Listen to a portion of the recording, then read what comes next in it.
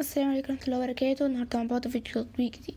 تخيل معايا أي سر اللي يخلي الناس زمان يحافظوا على صلاتهم وأذكارهم وعاداتهم الدينية بعيد شديدة من غير الموبايل والإنترنت وحتى المنبه، وازاي الناس دلوقتي معاها أقوى تطبيقات في العالم ولسه بتنسى الصلاة وبتتكسل عن العبادة.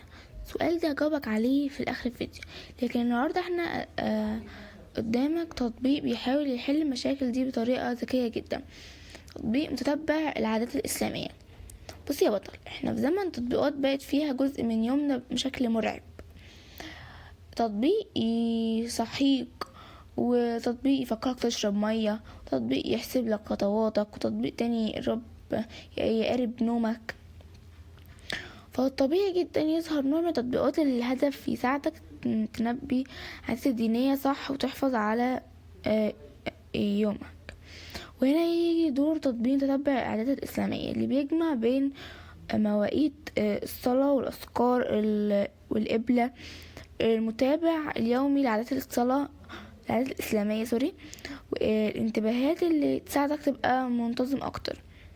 أول حاجة شدتني في التطبيق إنه تصميمه معمول عشان يخليك تحس إن داخل على أداء تنظيم حياة، مش مجرد تطبيق أذان وخلاص. تطبيق بيحاول يحفزك تتبع صلاتك، أذكارك، قراءتك للقرآن وبعض العادات اليومية بشكل بسيط وسريع. ودي نقطة قوية جدا، لأن الدراسات الحديثة بتقول أن متابعة العادات بشكل يومي ممكن تزود الالتزام بنسبة كبيرة مقارنة بشخص اللي بيشتغل بعشوائية. لكن اسمعني كويس، هنا اكبر غلطة ناس كتير بتقع فيها مع التطبيقات الدينية انها تعتمد عليها اعتماد كامل وتنسى اصلا التطبيق مجرد مساعد مش بديل عن التزاماتك انت الحقيقية. يعني لو التطبيق باظ او النت فصل او الاشعارات وقفت، ما ينفعش حياتك الدينية كلها كمان تقف معاها. الميزة القوية فعلا في التطبيق هي سهولة استخدام، مش مجرد تفتح تقدر تحدد موقعك وتبدأ تضبط وقتك وصلاتك وتنبيهات الإعدادات اللي عايز تعتمدها فيها ناس بتحب الفكر الإحصائيات والمتابعة اليومية لأن بتديهم إحساس بالإنجاز والتحفيز. لكن لاني بتكلم معاك بصراحة كمحلل تطبيقات، لازم اقولك العيوب اللي ناس كتير ما بتلاحظهاش. اول مشكلة اشتكت منها الناس، عدد من المستخدمين على بلاي ستور، يعني هي اكتر ما بتكون مزعجة او متكررة زيادة عن اللزوم. وبعض المستخدمين كمان اشتكوا من دقة مواعيد الصلاة في المناطق المعينة، وده بيحصل احيانا بسبب اعدادات الموقع او طريق حسب مختلف. في نقطة أخطر شوية، بعض التطبيقات المجانية بتحاول تطوع مدى استخدامك للتطبيق عشان تكسب أكتر من الإعلانات. يعني كل ما تفتح أكتر وتشوف الإعلانات أكتر، المطور يكسب أكتر. وده يخلينا نسأل سؤال مهم، تطبيق مجاني بيكسب منين؟ من 3 حاجات بسيطة. 3 حاجات أساسية: الإعلانات، الاشتراكات المدفوعة، جمع البيانات الاستخدام بشكل يساعد في تحسين الإعلانات أو التسويق. وده نموذج موجود في أغلب التطبيقات المجانية، مش تطبيق ده بس. عشان كده نصيحتي ليك، ما تديش أي تطبيق صلاحيات مش محتاجة. لو تطبيق طالب وصول لحاجات ملهاش علاقة بوظيفته، اسأل نفسك ليه. وخلي بالك من الاشتراكات التقليدية والعروض المجانية اللي تتحول لاشتراك مدفوع بعد فترة مش كبيرة. اما عن طريقة الاستخدام الصح، فافضل يعني تغير الاستخدام كوسيلة تنظيم وتحفيز مش كعبادة. بقت لعبة نقط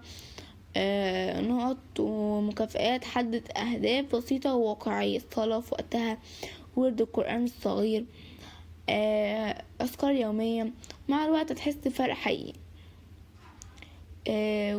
وكل تطبيق ليه فلسفته، وواحد مركز على المجتمع الإسلامي، واحد على البسيط، واحد على تحفيز ومتابعة، وانت تختار اللي يناسبك يناسب اسلوبك.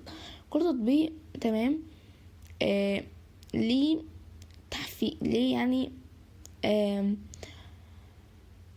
حاجات مختلفة عن حاجات. وهنتكلم عن تطبيق مسلم برو، وده من أشهر التطبيقات الإسلامية، بيتميز بتنوع المميزات زي القرآن الصوتي والأذكار والقبلة، لكن بعض الناس بتشتكي من أكثر المميزات المدفوعة. كمان في تطبيق اسمه الأذان، ده مشهور بدقة مواعيد الصلاة وتصميم هادي وبسيط. في تطبيق صلاة اسمه صلاتك، الناس بتحبه عشان خفيف وسهل وعملي جدا خصوصا للأجهزة الضعيفة. دلوقتي نرجع للرسالة بدأنا بيه الفيديو. ازاي الناس زمان كانوا ملتزمين من غير تطبيقات؟ لأن السر عمره ما كان في الأداء، السر كان في العادة نفسها. تطبيقات ممكن تساعدك تفكر، تحفزك، لكن قرار الحقيقي لازم يطلع منك انت، لأن أقوى منبه في الدنيا مش هيصحي حد مش عاوز يقوم أصلا.